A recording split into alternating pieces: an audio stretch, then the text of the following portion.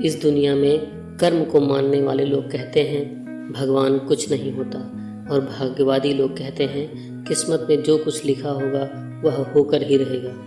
नमस्कार दोस्तों, पिनाकी टीवी पर आप सभी का एक बार फिर से स्वागत है।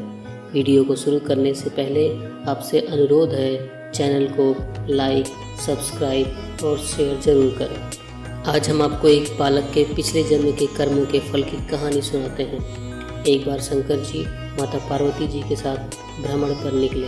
रास्ते में उन्होंने देखा कि एक तालाब में कई बच्चे तैर रहे थे, लेकिन एक बच्चा ऐसा था जो बहुत उदास मुद्रा में बैठा हुआ था।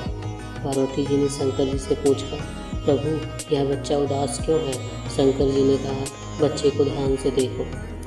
पार्वती जी ने देखा बच्चे के दोनों हाथ नहीं थे, जिस कारण वो तैर नहीं पा रहा था। तो पार्वती जी ने शंकर जी से कहा कि आप शक्ति से इस बच्चे को हाथ दे दें ताकि वो भी तैर सके। शंकर जी ने कहा, हम किसी के कर्म में हस्तक्षेप नहीं कर सकते हैं, क्योंकि हर आत्मा अपने कर्मों के फल द्वारा ही अपना काम अदा करती है। पार्वती जी ने बार बार विनती की, आखिरकार शंकर जी ने उसे हाथ दे दिया।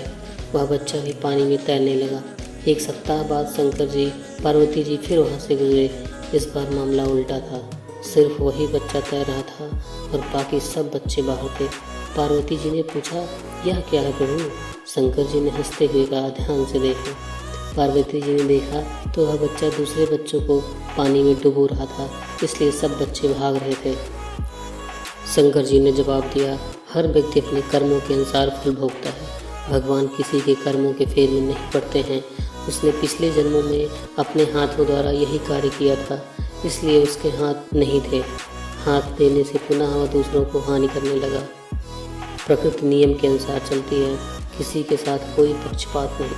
आत्माएं जब ऊपर से नीचे आती हैं तो सब अच्छी ही होती हैं। कर्मों के अनुसार कोई अपाहिज तो कोई भिखारी, कोई गरीब तथा कोई अमीर होता है, लेकिन सब परिवर्तनशील है। अगर महलों में रहकर पैसे के नशे में आज कोई बुरा काम करता है तो कल उसका भुगतान तो उसको करना ही पड़ेगा। कर्मों की सच्चाई जानने के बाद इन लाइनों को कहे बिना इस कहानी का सारा अधूरा सा लगेगा। कर्म तेरे अच्छे तो किस्मत तेरी दासी, नियत तेरी अच्छी तो घर में मथुरा काशी।